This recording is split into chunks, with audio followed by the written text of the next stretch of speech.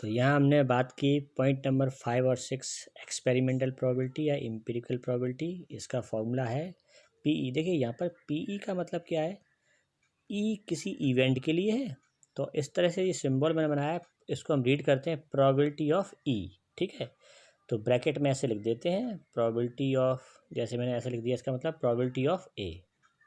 ठीक है, probability of P, ऐसे सिंबल बना देते हैं। ऐसे ई कोई इवेंट है तो उस इवेंट की प्रोबेबिलिटी को मैं पी ऑफ ई से डिनोट कर रहा हूँ। ठीक है, तो एम्पिरिकल प्रोबेबिलिटी या एक्सपेरिमेंटल प्रोबेबिलिटी ये क्लास 9th में हमने पढ़ी थी। यहाँ क्लास 10th में हमारे पास जो हमारे सिलेबस में होगी वो होगी क्लासिकल प्रोबेबिलिटी या थ्योरेटिकल प्रोबेबिलिटी, उसके क्वेश्चन मिलेंगे। यहाँ हम दोनों में डिफरेंस बता रहे हैं।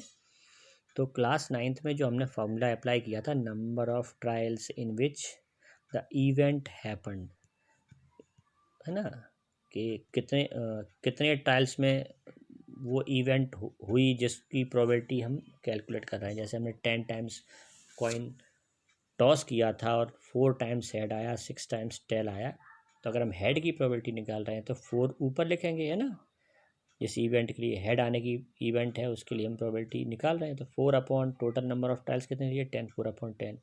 ठीक है, और यहाँ पर ये थ्योरेटिकल प्रोबेबिलिटी या क्लासिकल प्रोबेबिलिटी का जो फॉर्मूला है वो क्या है, P E, probability of E, number of outcomes favourable to E, है ना, कि किसी इवेंट के फेवर में कितनी आउटकम्स हैं, है ना, और total number of all possible outcomes वो डिनोमिनेटर में लिख देते हैं। ठीक है, तो जैसे अगर मैंने कॉइन एक डाइस थ्रो किया मैंने, और डाइस में 1 2 3 4 5 6 तक की नंबर्स होती हैं, और मैं इवन नंबर की प्रोबेबिलिटी निकाल रहा हूँ, तो इवन नंबर होती हैं 2 4 6, तो ये फेवरेबल आउटकम्स हो जाएंगी, यानी total number of favourable outcomes हो जाएंगी 3, और ऑल पॉसिबल आउटकम्स कितनी है 6। तो अगर मैं यहाँ पर इवन नंबर आने की प्रोबेबिलिटी है, probability of getting even number, इसकी अगर मैं थ्योरेटिकल प्रोबेबिलिटी निकालूँ, है ना, थ्योरेटिकल प्रोबेबिलिटी या क्लासिकल प्रोबेबिलिटी निकालूँ, तो 3/6, यानी कि ये सिंप्लीफाई होकर आएगी 1/2। ठीक है, तो ये यहाँ पर थ्योरेटिकल प्रोबेबिलिटी या क्लासिकल प्रोबेबिलिटी का कंसेप्ट है, उसका फॉर्मूला अप्लाई करेंगे। तो ये मैंने आपको बताया कि जैसे जैसे नंबर ऑफ ट्रायल्स बढ़ाते जाते हैं एक्सपेरिमेंटल प्रोबेबिलिटी में, वो प्रोबेबिलिटी थ्योरेटिकल प्रोबेबिलिटी जो है उसकी तरफ उसकी अप्रोच जाने लगती है ना।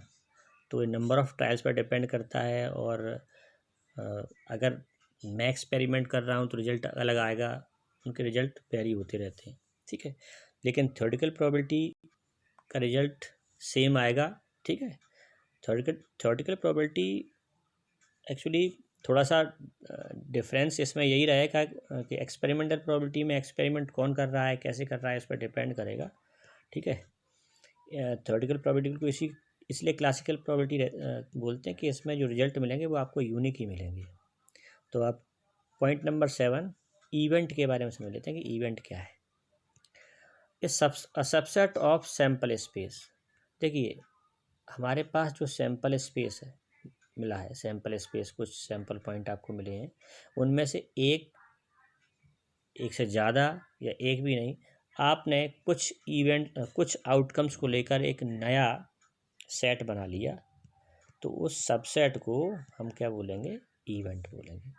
Event is a subset of sample space, यानी एक या एक से ज़्यादा कुछ आउटकम्स को लेके हम एक सेट बना लेते हैं, सबसेट बना लेते हैं, और उसी को हम इवेंट बोलते हैं। जैसे हमने बात की कि हमने एक डाइस को थ्रो किया, 1 2 3 4 5 6 तक की नंबर्स हमें मिल सकती हैं। अब मैंने इवेंट डिफाइन कर दी इसमें इवन नंबर, तो इवन नंबर में आप कह लेंगे 2 4 6, तो क्या है 2 4 6 सैम्पल स्पेस 1 2 3 4 5 6 का एक सबसेट है। तो सबसेट इवेंट क्या है, सैम्पल स्पेस का ही एक सबसेट है, उसमें से कुछ या कुछ आउटकम्स को लेके हम एक नया सेट बना देते हैं, और उसके लिए हम प्रोबेबिलिटी कैलकुलेट करते हैं। जैसे इवन नंबर हो गया, ऑड नंबर हो गया, या फिर हम बोलते हैं कि प्राइम नंबर। तो प्राइम नंबर की बात करें तो प्राइम नंबर में आ जाएगा 1 3 5। तो इस तरह से हम सबसेट्स में से सैम्पल स्पेस में से जो सबसेट बनाते हैं उसी को हम इवेंट बोलते हैं, ठीक है।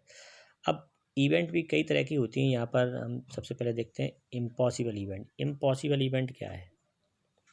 इम्पॉसिबल इवेंट समझ रहे हैं, नाम से ही पता चल रहा है, an event that can not happen, जो कभी हो ही ना, वो आपकी इम्पॉसिबल इवेंट है। तो इम्पॉसिबल इवेंट के बारे में क्या ध्यान रखना है कि probability of impossible event will be zero, या ये कहें कि एक ऐसी इवेंट जिसकी प्रोबेबिलिटी जीरो हो, that event will be impossible, ठीक है। इसके बाद नेक्स्ट है श्योर और सर्टेन इवेंट। श्योर और सर्टेन इवेंट नाम से पता चल रहा है, एक ऐसी event that is certain to happen, उसका होना पक्का है, निश्चित है, तो वो आपकी इवेंट क्या होगी? श्योर या सर्टेन इवेंट। ऐसी इवेंट की प्रोबेबिलिटी, श्योर या सर्टेन इवेंट की प्रोबेबिलिटी 1 होती है। अब इनके एग्जांपल देता हूँ। सपोज कर लो एक बैग में 4 रेड बॉल्स हैं, ठीक है। अब without looking into the bag मैंने एक कोई बॉल निकाली, तो पक्का है कि मेरे हाथ में रेड बॉल ही आएगी, ठीक है। तो यहाँ पर अगर मैं रेड बॉल की प्रोबेबिलिटी निकालता हूँ, getting red ball from A bag जिसके अंदर रेड बॉल्स ही हैं, 4 रेड बॉल्स ही हैं, तो 4 फेवरेबल आउटकम्स हो गई और टोटल आउटकम्स कितनी हो जाएंगी? 4, तो 4/4 1। तो यहाँ पर रेड बॉल का आना, ये इवेंट कैसी हो जाएगी? ये श्योर या सर्टेन इवेंट हो जाएगी। अब अगर मैं कहता हूँ कि अब इसी बैग से मैं येलो बॉल की प्रोबेबिलिटी निकालना चाह रहा हूँ, अब येलो बॉल तो है ही नहीं, तो जीरो हो जाएगा फेवरेबल आउटकम्स में, और टोटल आउटकम्स कितनी है? 4। टोटल आउटकम से मतलब ये है कि यहाँ पर 4 रेड बॉल्स हैं, तो हम 4 टोटल आउटकम्स में ले लेंगे, और जीरो के ऊपर मैंने क्यों ले लिया? क्योंकि यहाँ पर येलो बॉल तो एक भी नहीं है, तो 0/4 क्या मिलेगा? 0। तो yellow ball, getting yellow ball यहाँ पर कैसी इवेंट हो जाएगी? इम्पॉसिबल इवेंट हो जाएगी, क्योंकि इसकी प्रोबेबिलिटी 0 आ रही है, ठीक है। तो ये इम्पॉसिबल इवेंट और श्योर सर्टेन इवेंट का मैंने आपको एग्जाम्पल दिया। अब आगे नेक्स्ट एलिमेंट्री इवेंट के बारे में समझेंगे, ठीक है। एलिमेंट्री इवेंट, और फिर एक पॉइंट है इसकी इससे रिलेटेड,